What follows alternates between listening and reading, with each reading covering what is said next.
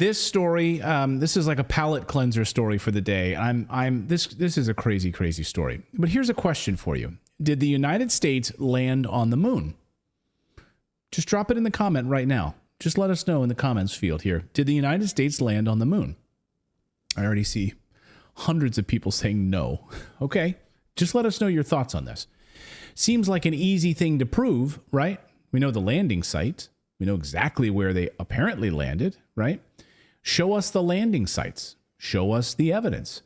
And yet the former head of Russia's space agency and certain Russian academics can't seem to find any evidence at all that the United States actually landed on the moon.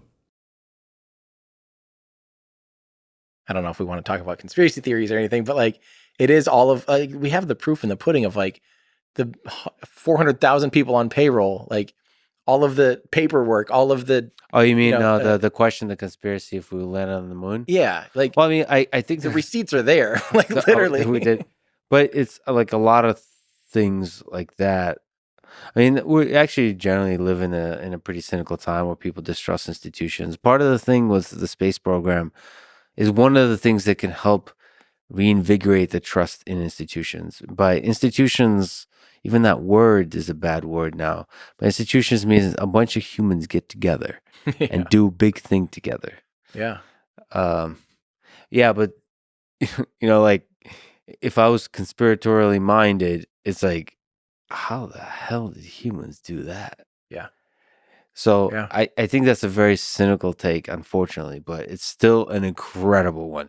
And also, there's until you look at the receipts, there's a kind of like a rationale to that kind of conspiracy theory because so much pressure was put on the space race, the PR of it, to be the winner. So it makes sense that you might want to try to take shortcuts and fake things and propaganda, different kinds of messaging. And I'm sure stuff like that was happening. Some kind of like little adjustment here and there to present things better and so on. But ultimately, the actual engineering project of landing on the moon, the fact that humans did that, I mean, it is sad that we didn't have better ways to record it.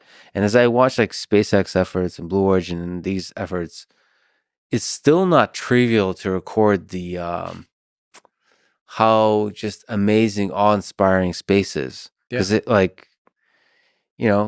like Elon jokes about space does look fake. Oh boy, this story is going to piss off a lot of people. So here's the guy by the name of Dmitry Rogozin. There he is. That's Dmitry. And he worked at Russia's version of NASA. Not only did he work there, he ran it. He's like the Bill Nelson of Russia, running NASA. So Dmitry was the head of Russia's space agency. He later became the prime minister of defense and ambassador to NATO. He has a degree in journalism, so he knows how to ask questions, pertinent questions, and a degree in economics, a graduate degree in economics. His parents were scientists, and he's not afraid to ask actual questions, as good scientists do. Well, he just posted something on his Telegram channel. He has almost 90,000 subscribers on his Telegram channel. And I've gotten the translated version of it from Russian, but he posted it, and it's very fascinating. So here's his Telegram channel, and it's Rogozin at the front. That's what he calls his Telegram channel. And he says he admitted that about 10 years ago, while he was the head of the agency, he went on a bit of a spirit quest. He was trying to understand something that didn't make a lot of sense to him. You see, he was trying to understand how Soviet cosmonauts did multi-day expeditions in order to land on the moon, but when they returned, they could barely stand on their feet at all. WikiLeaks has released more classified documents than the rest of the world's media combined. Picking up the load. Returning information to gauge. Light them all up. You want to be in pictures.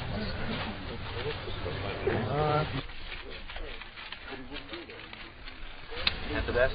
Let's say the other one to Fred. I think that's awfully good. That one and the one before it were pretty good. Do we have about 15 seconds? Oh yeah, you got a lot of time here. I claim this land in the name of What do you got now? Now move. Take him all in. Cut it.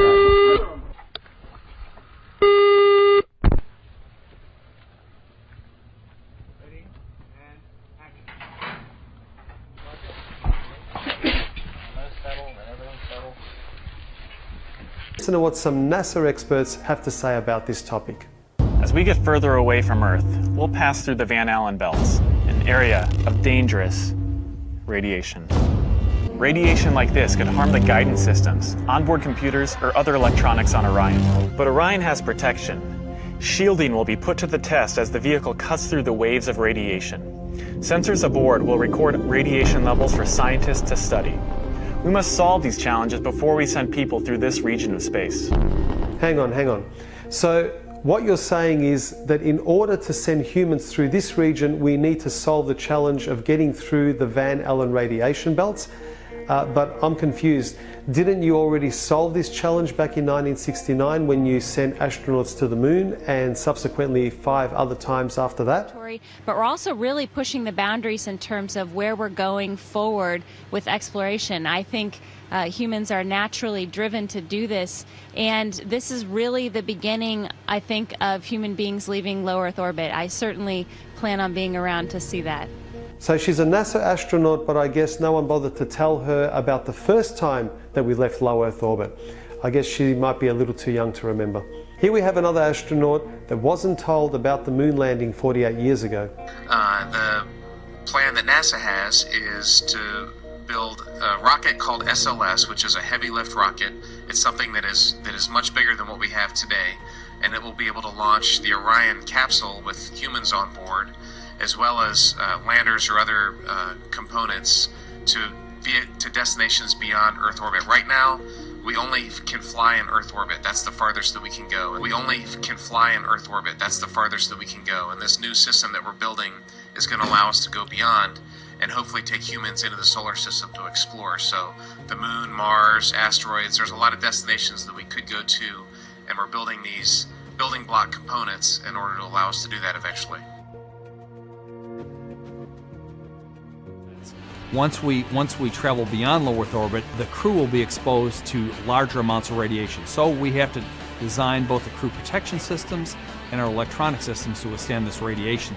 So that would mean that Neil Armstrong, Michael Collins and Buzz Aldrin were a tough bunch of SOBs able to withstand all that brutal radiation, considering these challenges are still yet to be solved. Aldrin admits the moon landing was fake. What was the scariest moment of the journey? Scariest? It didn't happen. It could have been scary. Circuit breaker. Why has nobody been to the moon in such a long time? That's not an 8-year-old's question. That's my question. I want to know, but I think I know. Because we didn't go there. And